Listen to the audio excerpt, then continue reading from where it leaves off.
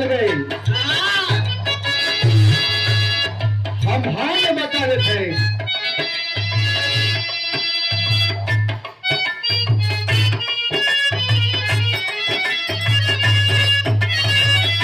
कि तेरे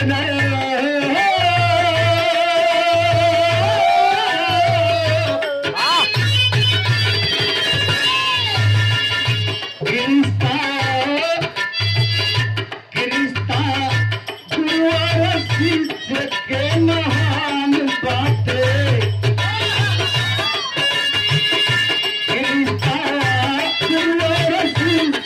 के महान बातें जानत जग जहान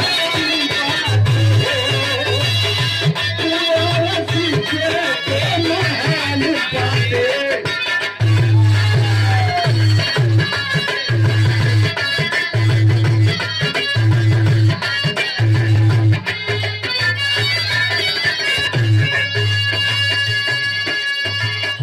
सच्चा गुरु के मिले सच्चा गुरु के सच्चा शिक्षण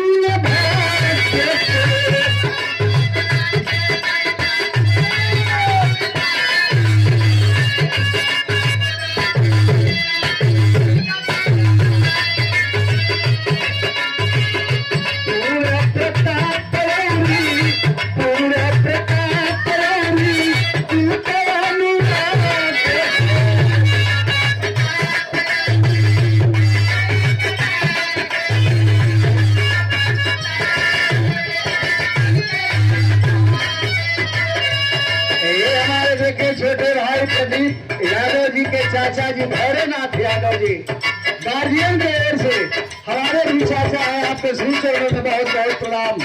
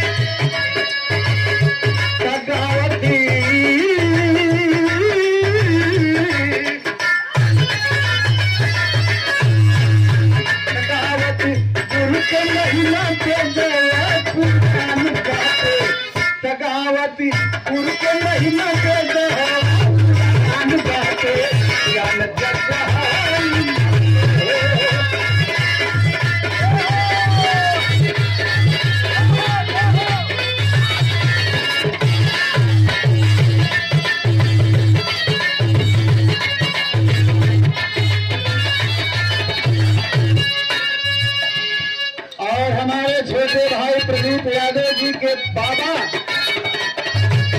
वर्ल्ड चैंपियन हमारे गार्जियन है हरिवंश यादव जी गार्जियन की ओर से ये आशीर्वाद स्वरूप है। दौलत है सोना है चांदी है। श्री कृष्ण बहुत बहुत प्रणाम करते हैं।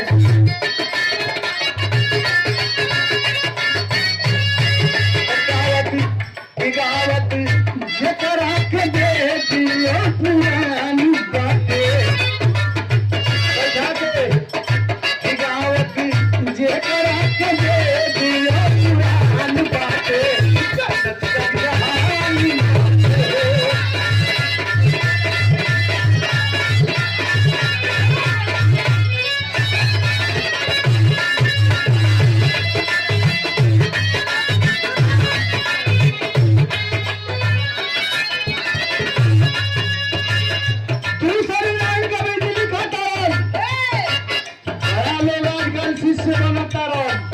लेकिन गुरु जी को बगलिता को करेंगे। गुरु जी को हमारा के 500 वाला नोट दी हाँ ऐसा चला बालन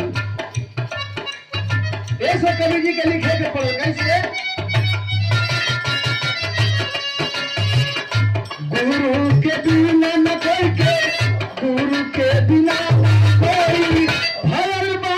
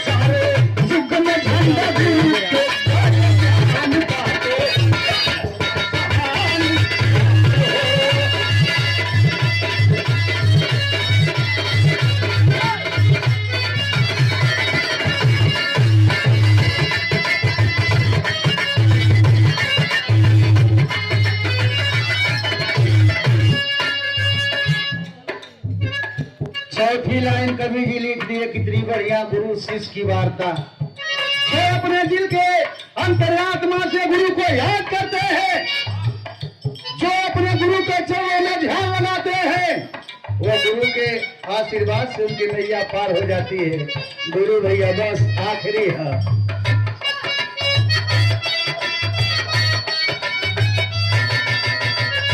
गुरु का निभाएला जीवन भर जो पतिया हो।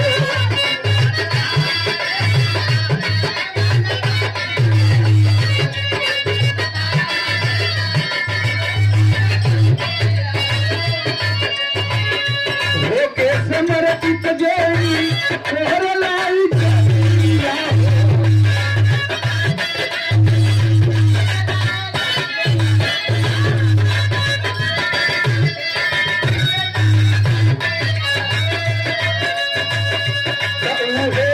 जीवन भर पाठ गुणगान गाते, जीवन भर पाठ गुणगान गाते।